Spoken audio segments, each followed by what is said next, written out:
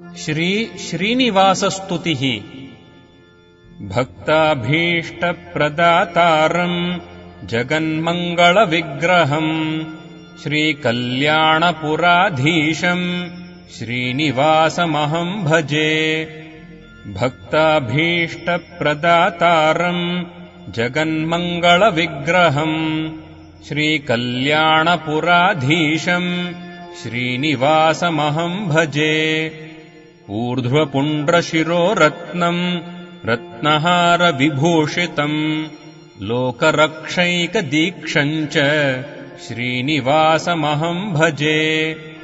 अज्ञानतिमिरापोहम् तेजोमयसुविग्रहम् कलिकल्मषपापघ्नम् श्रीनिवासमहम् भजे।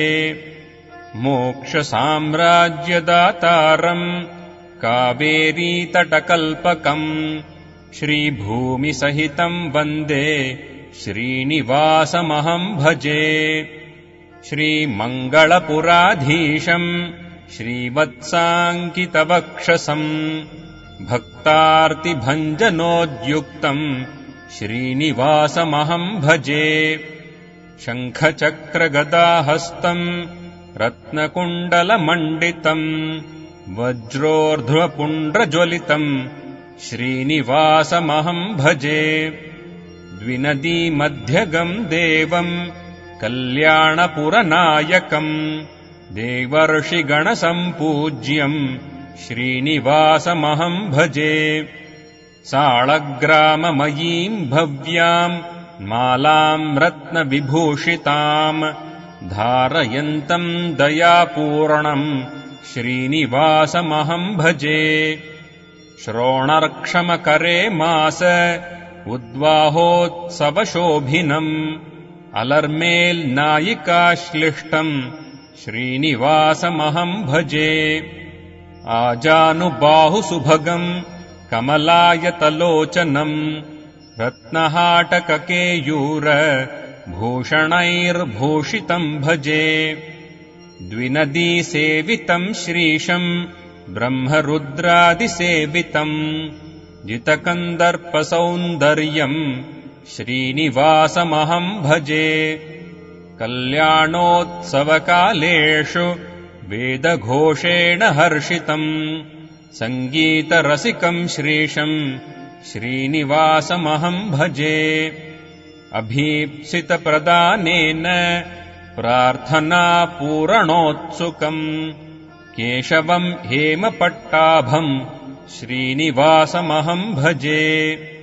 रुद्रमुक्तिप्रदम् भक्तप्रार्थनापूरणोत्सुकम् द्विजारोहणसन्तुष्टम् श्रीनिवासमहम् भजे। कालक्षेपकथावाग्भिः परितुष्टः श्रियः पतिः श्रीनिवासो दीनबन्धुः भूयान्न श्रेयसे सदा। शिवावनसमर्थाय श्रीभूसंश्लेषतोषिणे सर्वदा भयहस्ताय नित्यश्रीर्नित्यमङ्गलम् कलिप्रत्यक्षदेवाय श्रितकल्पमहीरुहे कलिनाशनदक्षाय श्रीनिवासाय मङ्गलम्। गोविन्दगानतुष्टाय गीर्वाणेशार्चिताङ्घ्रये गिरिसप्तकनाथाय श्रीनिवासाय ते नमः। भक्तरक्षणशीलाय जगन्मोहनमूर्तये श्रीकल्याणपुरेशाय श्रीनिवासाय मङ्गलम्। पार्थसारथिदासेन कृतेयम् भक्तिपूर्विका सर्वैश्वर्यप्रदात्री च श्रीनिवासस्तुतिर्भवेत्। पार्थसारथिदासेन कृतेयम् भक्तिपूर्विका सर्वैश्वर्यप्रदात्री च श्रीनिवासस्तुतिर्भवेत्। श्रीरामभद्र मङ्गलाशासनम्। शरणागतसन्त्राण निपुणाय महात्मने अयोध्याजनभाग्याय रामभद्राय मङ्गलम् कौसल्यानन्दकन्दाय कल्याणगुणसिन्धवे शरण्याय वरेण्याय रामभद्राय मङ्गलम् कौशिकाख्यमहायोगि सन्देशसफलीकृतौ कृतिनेनतितुष्टाय रामभद्राय मङ्गलम् वैदेहीवदनाम्भोज लोलम्बायितचेतसे भद्राणामपि भद्राय रामभद्राय मङ्गलम् गौतमाश्रमसाफल्य निदानपदपांसवे दाशकीशादिमित्राय रामभद्राय मङ्गलम् महापातकनिर्मुक्तिहेतुसेतुविधायिने शिक्षिताशरजालाय रामभद्राय मङ्गलम् विभीषणपरित्राण संहृष्टमनसे निशम् प्राप्तसीताय रामाय रामभद्राय मङ्गलम् प्राप्तराज्याय रामाय भरताभीष्टदायिने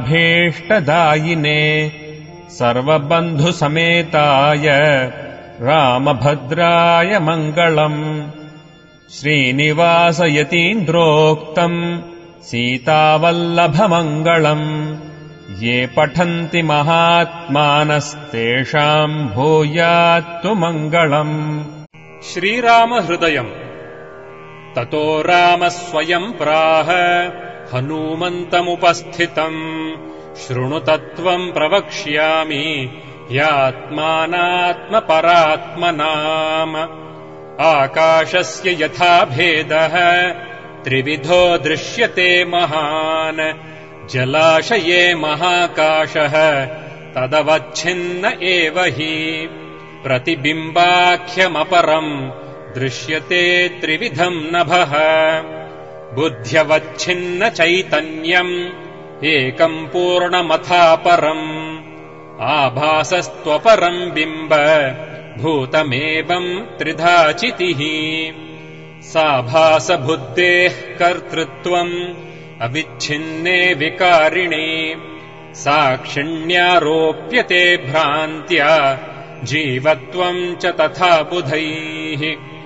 आभासस्तु मृषा बुद्धिः अविद्या कार्यमुच्यते अविच्छिन्नम् तु तद्ब्रह्म विच्छेदस्तु विकल्पतः अविच्छिन्नस्य पूर्णेन एकत्वम् प्रतिपाद्यते तत्त्वमस्यादिवाक्यैश्च साभासस्याहमस्तथा ऐक्यज्ञानम् यदोत्पन्नम् महावाक्येन चात्मनोः तथा विद्या स्वकार्यैश्च नश्यत्येव न संशयः एतद्विज्ञाय मद्भक्तो मद्भावायोपपद्यते मद्भक्तिविमुखानाम् हि शास्त्रगर्तेषु मुह्यताम् न ज्ञानम् न च मोक्षः स्यात् तेषाम् जन्मशतैरपि इदम् रहस्यम्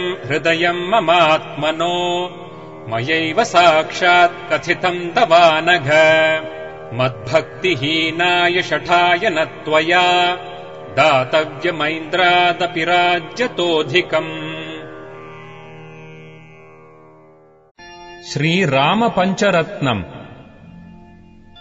कञ्जातपत्राय तलोचनाय कर्णावतंसोज्ज्वलकुण्डलाय कारुण्यपात्राय सुवंशजाय नमोऽस्तु रामाय सलक्ष्मणाय विद्युन्निभाम्भोदसुविग्रहाय विद्याधरैः संस्तुतसद्गुणाय वीरावताराय विरोधिहर्त्रे नमोऽस्तु रामाय सलक्ष्मणाय संसक्तदिव्यायुधकार्मुकाय समुद्रगर्वापहरायुधाय सुग्रीवमित्राय सुरारिहन्त्रे नमोऽस्तु रामाय सलक्ष्मणाय पीताम्बरालङ्कृतमध्यकाय पितामहेन्द्रामरवन्दिताय पित्रे स्वभक्तस्य जनस्य मात्रे नमोऽस्तु रामाय सलक्ष्मणाय नमो नमस्तेऽखिलपूजिताय नमो नमस्तेन्दुनिभाननाय नमो नमस्ते रघुवंशजाय नमोऽस्तु रामाय सलक्ष्मणाय इमानि पञ्चरत्नानि त्रिसन्ध्यम् यः पठेन्नरः सर्वपापविनिर्मुक्तः स याति परमाम् गतिम्। श्रीराम सुप्रभातम्। प्रातः स्मरामि रघुनाथमुखारविन्दम् मन्दस्मितम् मधुरभाषि विलासफालम् कर्णावलम्बिचलकुण्डलगण्डभागम् कर्णान्तदीर्घनयनम् नयनाभिरामम् प्रातर्भजामि रघुनाथकरारविन्दम् रक्षोगणाय भयदम् वरदम् निजेभ्यः यद्राजसंसदि विभिद्य महेशचापम् सीताकरग्रहणमङ्गलमापसद्यः प्रातर्नमामि रघुनाथपदारविन्दम् पद्माङ्कुशादिशुभरेखिशुभावहम् मे योगीन्द्रमानसमधुव्रतसेव्यमानम् शापापहंसपदि गौतमधर्मपत्न्याः प्रातर्वदामि वचसा रघुनाथनाम वाग्दोषकारि सकलम् कलुषम् निहत्य यत्पार्वती स्वपतिना सह भोक्तुकामा प्रीत्या सहस्रहरिनाम समम् जजाप प्रातःश्रये श्रुतिनुताम् रघुनाथमूर्तिम् नीलाम्बुदोत्पलसितेतररत्नलीलाम् आमुक्तमौक्तिकविशेषणभूषणाढ्याम् ध्येयाम् समस्तमुनिभिः निजभृत्यमुख्यैः यः श्लोकपञ्चकमिदम् नियतः पठेत नित्यम् प्रभातसमये पुरुषः प्रबुद्धः श्रीरामकिङ्करजनेषु स एव मुख्यः भूत्वा प्रयाति हरिलोकमनन्यलभ्यम्।